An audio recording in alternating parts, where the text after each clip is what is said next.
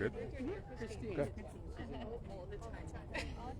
Scott was hoping to come today too, and he just couldn't swim, but he's going to go to the Tina's life.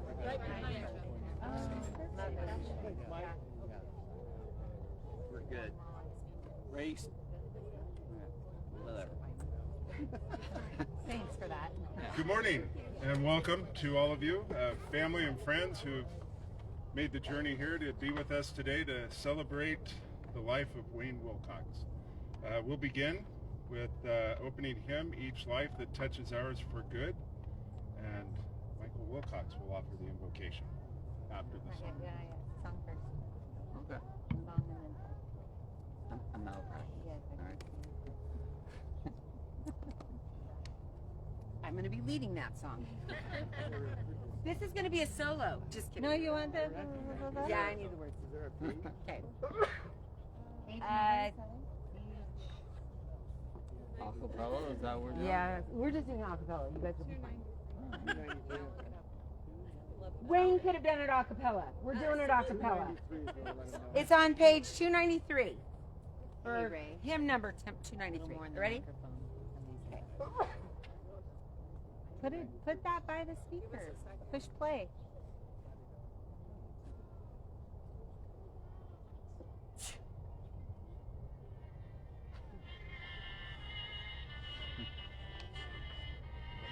No. We're just going to do one verse in a minute. Okay, ready?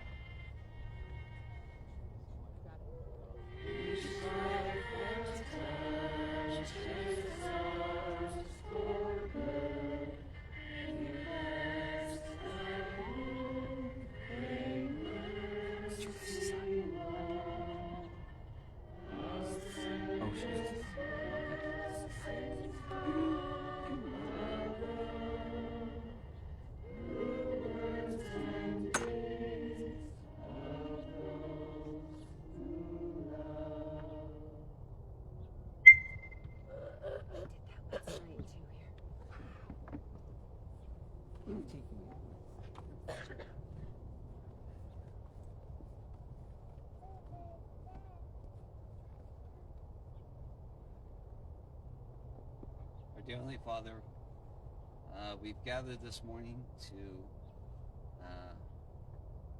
commemorate the life of Wayne Wilcox, John Wayne Wilcox.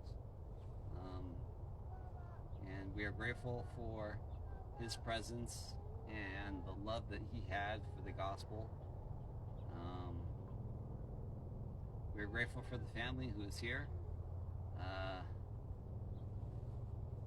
We hope that they can travel in safety on the return trip. And these things we pray in the name of Jesus Christ. Amen. Amen.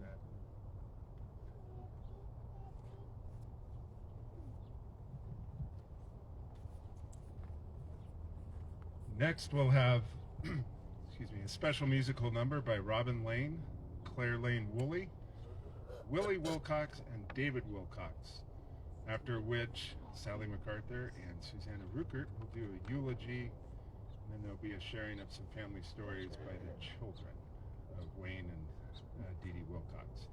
We'll go to that point. Just bring the mic to Grandma. Grandma wants to talk about this song really quick that they're going to perform, so we'll just bring the mic to her. You have to grab the speaker. It might reach. Okay. You can always put that speaker closer too, Ray. We don't need it that far back. Yeah, put it on the chair. Yeah. Then it's... Well, this song that they're going to sing is called Hurry Sundown, and it's a song by Peter, Paul, and Mary, and it's probably not a traditional song that you sing at a funeral, but it does speak of kind of looking forward to death because of the life that you've led, and Wayne and I were dating at BYU. They had what's called a quartet festival, and this was a song that Wayne and his friends sang at that quartet festival, which they won, by the way, which was really remarkable. And he practiced for nights, every night. He'd go and get done with school, and then he'd go practice. And he'd say, "I'll see you at 8."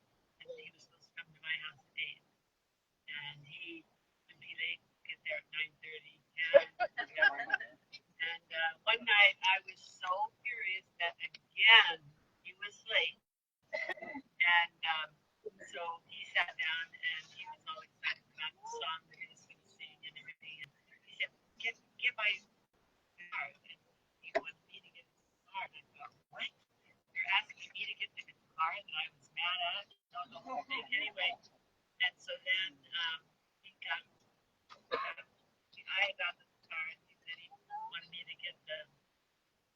the cables out of it. And so, again, I was like, why am I doing this? Anyway, I went over to the little apartment where the cable was, and that was where my engagement ring was. So, anyway. All is forgiven. Yeah. Anyway, and the song seemed appropriate, and it was one of my favorite songs we always sang together. I always liked it.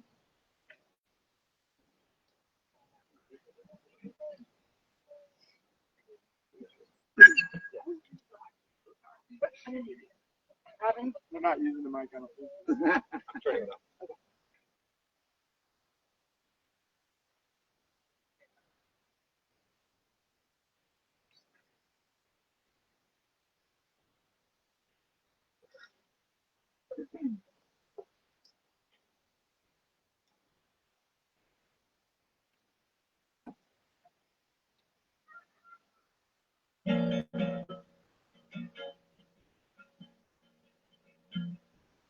I see the sun now.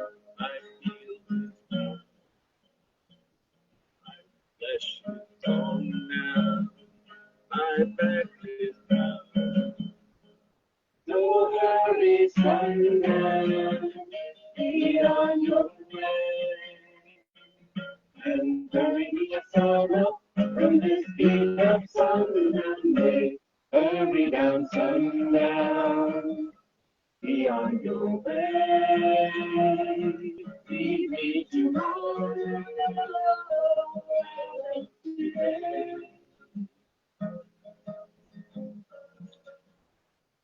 Tomorrow is now.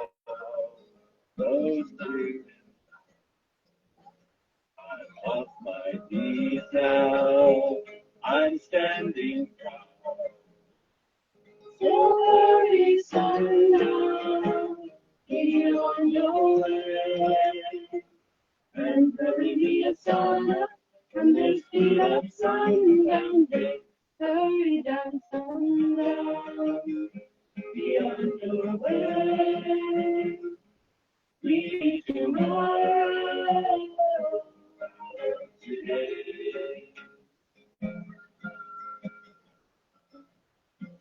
My sorrows are now, does not break through. I pray to dawn now, long overdue. So hurry, sundown, be on your way. And hurry me a sonnet from this beat of sundown day. Hurry down, sundown, be on your way. Lead me tomorrow, rather today. Hurry down, sundown, let me be gone. Let me be gone. The sunrise,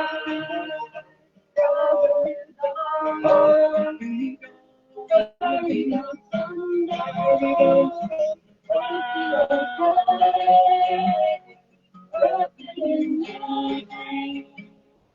Send it away. Send it away. Send it away.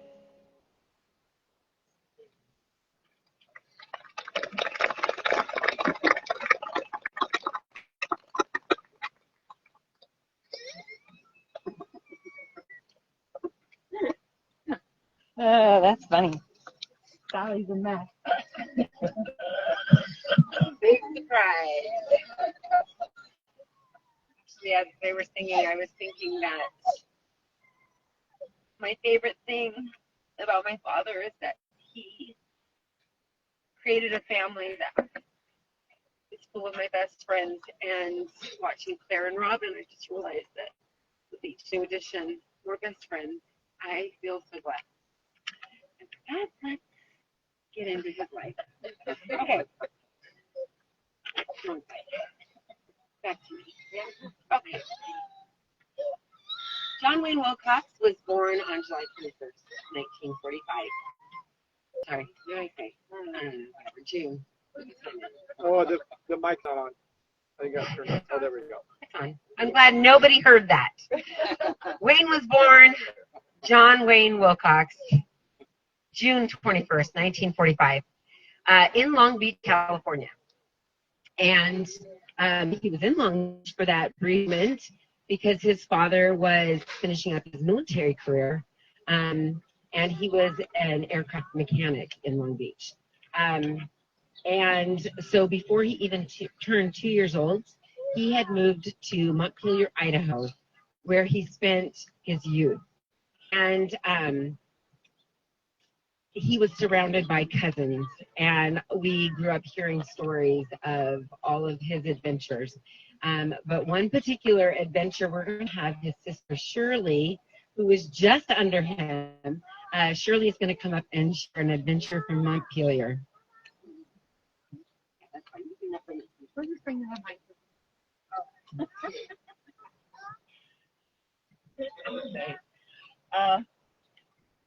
Wayne had a very good friend who was not a cousin, just across the street from us. And they played a lot together. His name was Russell. Right behind Russell's house, there was, I can't see. Oh, okay. That better? Okay. Can you hear now? Okay. Okay. This lot right behind Russell's was an empty lot, vacant, and people kept bringing cars that they were done with and putting on the lot. So it got kind of cluttered. But one particular car happened to be on its side. And we managed to climb into the car because the driver's side window was gone. And we would play in the car quite frequently. It was just a novelty. And one day, as we were playing in the car, we would get down, and the front seat of cars was just one seat. And we would pretend that there was different rooms in the car, or with so much room.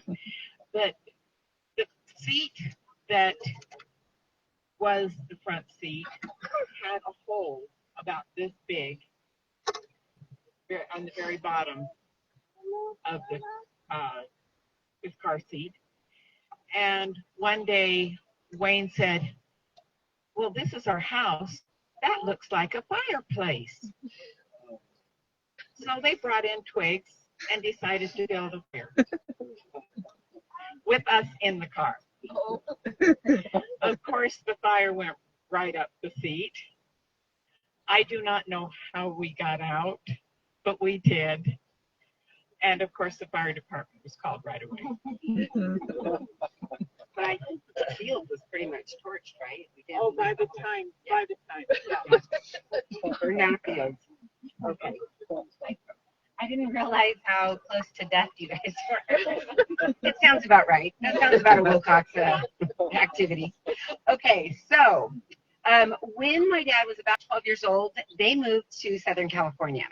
And even though they were in Southern California, he still went back every summer and worked in the fields and on the farms in Montpelier. So he still had lots more adventures during that time. We're going to get a little more into this later, but my dad was a practical jokester, sometimes even when that wasn't necessarily appreciated. So, as you know, my dad was a big music fan, but not always of one particular band. So we're going to have Aunt Jean come up and tell a story of my punky father.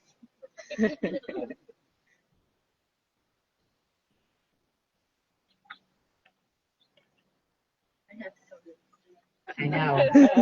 You're all Okay, everybody knows I was his favorite sister. Everybody knew that. Well, they didn't know. It doesn't mean they weren't. But anyway, so my girlfriends, my friends, that when I was a young teenager, we just all loved the Beatles. Oh my gosh, the Beatles were the greatest thing that had ever happened to us. And one night, when my dad was a bishop, we had a youth fireside at our house. And we kept thinking, oh, come on, be done in time, because Ed Sullivan was going to have the Beatles on. And we knew that if we were done in time, they would let us turn the TV on and we could watch the Beatles. Because in those days, that was like rare. You couldn't just hit your phone and whatever. And this is the olden days. So we're watching, trying to be subtle, which is like, 13-year-olds are real subtle. But sure enough, we got done with the meeting in time. We were so excited. Turn on the TV. Dad was even like, yeah, okay, turn on the TV. Turned on the TV. We're so excited. We're going to watch the Beatles. The power went out. There was no TV. There was no light. There was nothing. And we couldn't figure out what had happened. We're all looking. And I was like, Daddy. And then we noticed Wayne was missing. So that was kind of the clue. But as we tried to figure out what was going on, Wayne came kind of smirking because Wayne was not a Beatle fan. They were taking top billing over the Beach Boys. Wayne was a Beach Boy fan. Not Shut up, Warren. I can say that, he's mine. We don't even have to ride home together. It's okay. That's my story about Wayne. Eventually, he did come to love the Beatles, played their music all the time. But he was really a prankster many, many times over. Okay, so also in his youth, as he prepared to serve a mission, he was looking for ways to save some money and earn some money for his mission. And so he worked alongside of his father on building the 10 freeway.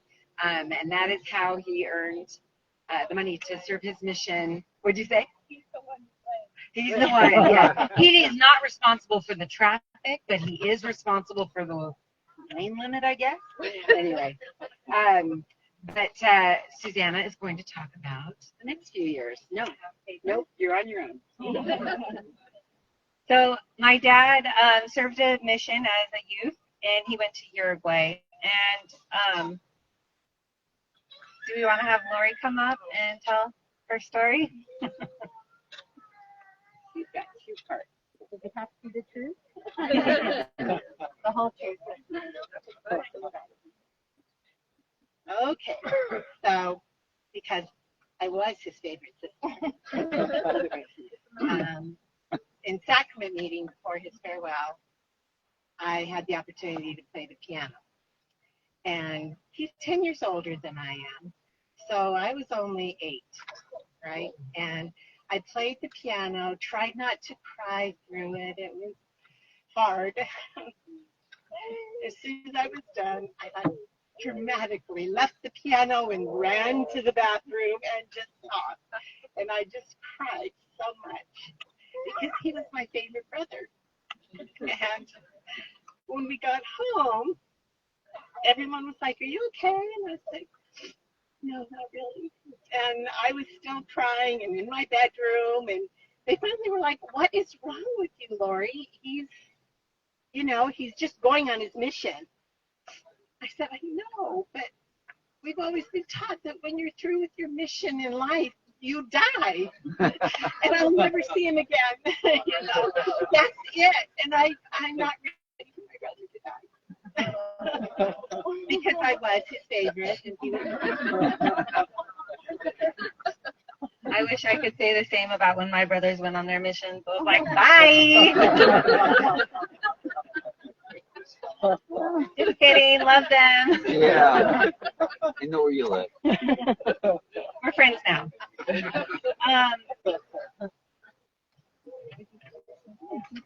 Okay. So when my dad went on his mission, he didn't die afterwards, but he did have a lot of really good experiences on his mission. One time they were playing for a ward function, and he and some of the other missionaries were playing guitar and singing. And in the audience was somebody who worked for a local TV station, and they really liked how they sounded, and they said, "Will you come and perform?" And so they did it for 1 week, and on TV they performed, and they liked them so much, they were so popular, they asked them if they would keep going. And so the mission president gave them permission for 6 weeks to keep performing. And that's really where my dad's true passion and love for music. He always loved music, but that's when he really became just a junkie, I guess you would say.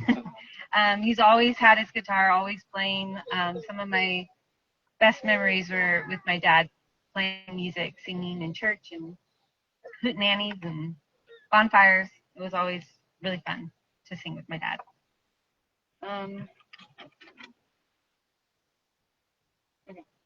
Okay, so when my dad finished his mission, he went to BYU, and there they had, when they were registering for classes, they had them like fill out an interest piece of paper that had like things they were interested in and that kind of thing.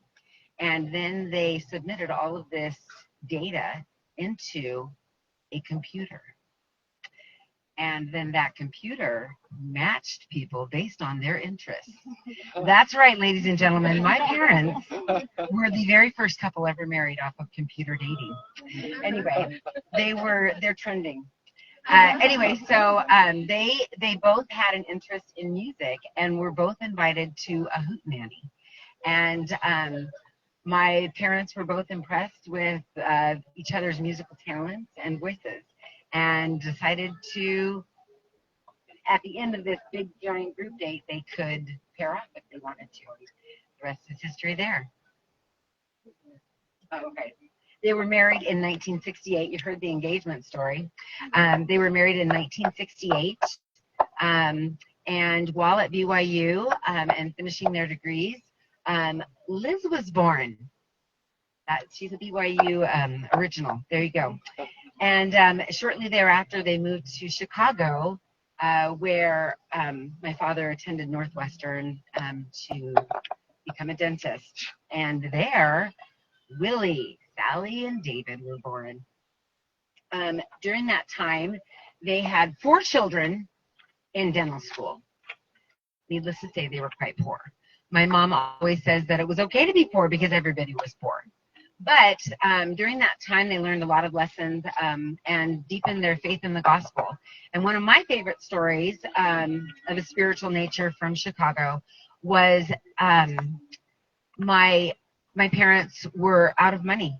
They had just enough to cover their bills, but not necessarily enough for tithing. And just as a mother would, she was very, very concerned about feeding her babies. And they had no money for groceries. And my mom just said, we can't pay our tithing. We need that money for groceries. And my father said, we need to pay our tithing. So they paid their tithing, and then there was a knock at the door. Maybe it was 10 minutes later. I don't know. Maybe a day later, whatever. But a neighbor came with so much food. They were leaving town, and all of that food would have spoiled if they had kept it. So they gave it to my parents. And that was unmistakable for both of them, that the Lord knew them, was aware of their situation, and came through when they showed that obedience to tithing. And that has been one of my big testimonies. I don't remember it, but I certainly, appreciated that food in my belly. But that was a beautiful testimony builder for tithing. Another thing that happened when they were in Chicago is that's where my dad started to work with the people that spoke Spanish. And he and some other people who had served Spanish-speaking missions worked with the branch there. And one of the things they were tasked to do was to organize a temple trip. And the closest temple to them at that time was in Salt Lake. And so they organized a big temple trip to bring the people there. And it's something that all through my life, my dad worked with the people who spoke Spanish, and it was such a big part of his life and my life too, helping people from that community learn and grow closer to their Savior Jesus Christ, and something that I really appreciated about my dad. So after dental school, they moved to Southern California, and that's where my dad started his dental practice and where the favorite children were born, Quentin, Michael, and Susanna. There, my dad was a bishop of the Spanish branch before I was born. And then eventually he became the bishop of the Downey Third Ward. Is it Third Ward? Yeah, Third Ward. And that was where he spent the majority of his life, was there in Downey, and where I think all of us feel like is home. We have, in Southern California, he started some new hobbies, some of which were softball, and he grew up fishing with his father, but deep sea fishing became a big part of his life. So we're going to have Brad come up and share a story.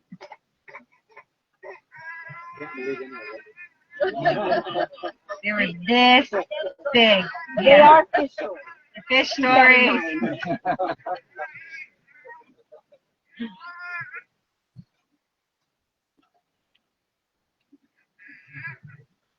Okay, before I get into the fish story, Jeannie wanted it on record that when they lived in Montpelier, that Wayne lived to 20 her. And he told her that she was adopted, and that he would prove it by taking out a piece of paper with some writing on it and showing it to her. It said that she was adopted. Of course, she wasn't even like 5 years old and she couldn't read, so she was convinced that she was adopted. And then every now and then when Thelma and Warren would go to the store, since Wayne was the oldest, he was in charge. And as soon as they would disappear, Wayne would go out and get a rope out of the garage and stretch it across the street and tell Jeannie and Shirley to get in the ravine on each side of the street and trip the cars that drove by with the rope. Another little quick story is that, again, when they were, they had left, the parents had left, and he was in charge, and they said it was middle of the winter, and they said, everybody have to stay in the house. So no sooner did they leave than Wayne ran outside in his pajamas. And so Shirley and Jeannie thought, well, we're going to get him in trouble because parents said stay inside. So they locked the door and left him outside. So that when they got home, guess who got in trouble? Shirley and Jean for locking him outside, not Wayne. Anyway, Wayne and I had a lot of fishing adventures together, and as you know, he loved boating, and he loved his going out, even if it was just going out to San Monica Bay and fishing for bonita or mackerel. And I remember on one occasion, I went out with him, and I'm almost positive that Sally was with us on that trip. And we were in the bay fishing, and Sally hooked up a fish, and she got so excited that she dropped the rod and reel over the side. Wayne was furious. That's the only time I've ever seen him mad, because that was his favorite fishing rod and reel, and she had dropped it over the side. And I have never seen him that mad in all the time I knew him. Well, I tell that story to tell this story. Wayne and I used to go out of San Diego long range fishing during my 8-day August trips. And as we would bunk together, obviously, and because in a room, and before we'd go out on the deck to fish all day in the hot sun, we'd always slather up with sunscreen. So we had done that that morning after breakfast, and Wayne went out and grabbed his fishing rod, went over the bait tank, pinned the sardine on, then went back to the back of the boat and went to cast the sardine out, and along with the sardine, his fishing rod went. I bet you never heard that story. I certainly did not. Because one of the things you have to remember when you're putting sunscreen on and you're fishing is you have to wash the palm of your hands to get the sunscreen off your palms. You have to wash them. Yeah, wash them. And anyway, so that's for Sally. Another, Wayne and I had sort of a pack, as they call it a fisherman's pack, and it was always that whichever one of us died first, the other one had to tell their wife that. So I'm telling you, Dee Dee, this was our pack, that if the time comes that you go to sell his fishing gear, he wants you to make sure that you don't sell it for the low price he told you he actually bought it. Wayne and I would often go down to Baja. We had several ventures down there, and one time we were going to go see Burton's, which had a place in Mulahey, where and I believe Burton's are who Wayne bought his dental practice from. And so we flew down to Laredo, and our plane was delayed getting down there. So we got in like at midnight, and so we took a taxi into the town to the bus station because we were going to take a bus into the down to Mulahey, and it happened to be Halloween weekend, and you know, Halloween in Mexico is a big deal. It's the Day of the Dead, and people dress up in all these crazy costumes like skeletons and whatnot, and they travel up and down the coast. I guess it's some tradition that you go to where the city you were born in to celebrate or go to the graveyards. And the buses had just unloaded hundreds of people before we got there, and they're all dressed up like, you know, the white paste with like skeletons and whatnot. And so it was a little unnerving, to say the least. Didn't bother Wayne the least. He was at his best when he was down in Mexico, and he just loved the Hispanic people. And I always remembered and loved him being able to go up to somebody as a gringo, gray-haired gringo, and just start speaking fluent Spanish, and seeing the shock of the people on their face that he could talk to them like that. Anyway, long story shorter, we decided to take a taxi cab down to Mulahey because the buses weren't running. So we pay this guy $70, plus we have to fill up his old taxi cab with gas. And we take off, and Wayne's in the front seat, just jabbering back. He's best friends with this guy within like 5 minutes. They're talking family, they're talking jobs, they're just talking everything in the world. I'm half asleep. It's like 1 or 2 o'clock in the morning. I'm in the back seat dozing off. And the next thing I know, the Jeep or the taxi's going like this, and we're bouncing up and down. And I'm, what the heck? And I sort of wake up and I look outside. There's no road. We're driving down a riverbed, looks like. And I said, Wayne, what's going on? And he goes, oh, he says, the driver said that the road got washed out in the last rain, and so this is the detour around the washout. It's driving down this riverbed. And so I'm thinking, yeah, right. I'm in, you know, Wayne's totally trusting. I'm in police mode, looking around, looking behind every cactus and tree out there, waiting for the banditos to step out. They're going to rob us, shoot us dead, and leave our bodies in the desert to be found as nothing but white bone skeletons 100 years later. Well, obviously, that didn't happen, and we went around the detour, and we got down to Mulahey. So anyway, I could keep you bored with about 100 other ones, but I'll pass it off with that.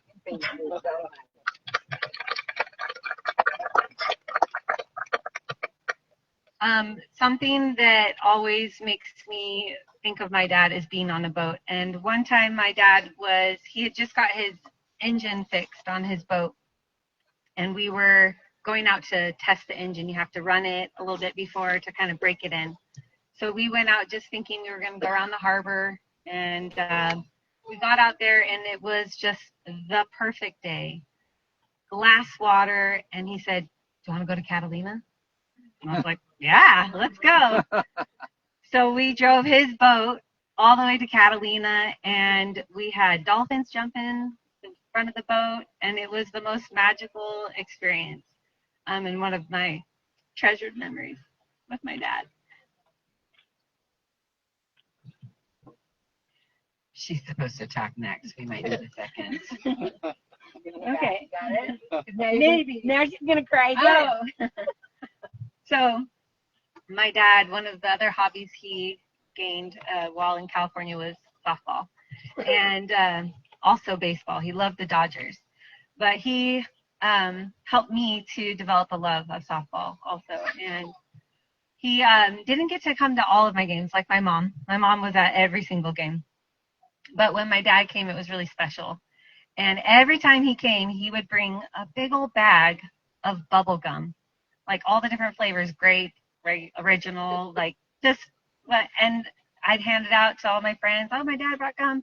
And I remember one time telling my friends that my dad was a dentist, and they were like, yeah, right. The guy that brings bubble gum is a dentist. He said job security.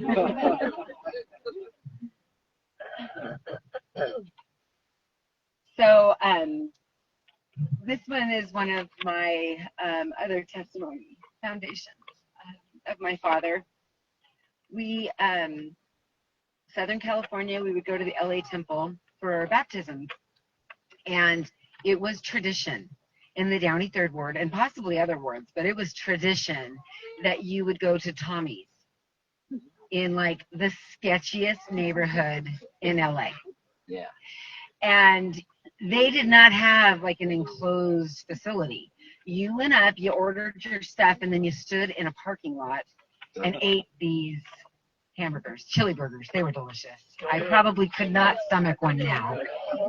That's a youthful hobby, right? But anyway, so one time while my dad was bishop, we had gone to the temple, and we're standing around this parking lot, sketch parking lot, at night. So it's probably like 9 o'clock at night, and we are standing in a parking lot eating these hamburgers. And this bum came up to my father, and he smelled and behaved just as you would expect in this part of LA. And my dad gave him money. And I was like, what the heck? So as soon as he left, I said, Dad,